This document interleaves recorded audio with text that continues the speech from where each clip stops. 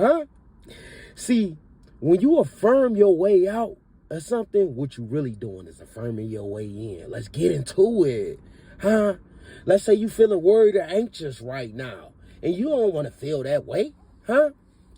Now, we know you could take deep breaths and stuff like that, but to stay on the subject, once you start affirming, I'm immovable, I'm the best definition of peace, what you're doing is affirming your way out of the negative situation or state that you're in and affirming your way in to the positive state that it is. Huh? See, in the Circle 7 More Science Quran, there's accounts of Jesus being taught by a master sage named Manito, right? In this series called The Workshop of the Mind, I encourage anybody who into this type of knowledge to get into that. Read it. The series called The Workshop of the Mind or whatever, right?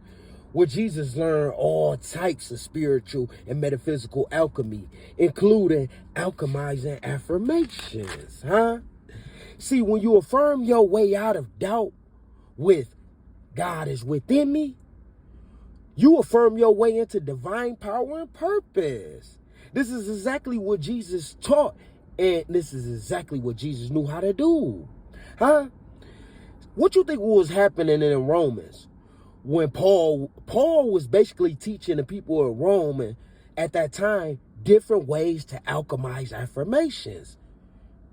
The Bible speaks to him saying, calling things that weren't as though they weren't, right? And who was Paul before he was this spiritual teacher or this martyr? Huh? He was an initiate of Jesus, right? So, in this series of the Workshop of the Mind, right, which is astral alchemy, another form of astral alchemy, because we know that the mind and the astral plane are one, right? And shout out to the people who know the alchemy of astral projection, right? Shout out to y'all, right? Hit that follow. But in this series, right, Jesus has on a spiritual tool belt, right? The Circle 7 Quran talks about him going up this spiritual ladder and him having to use his spiritual hammer.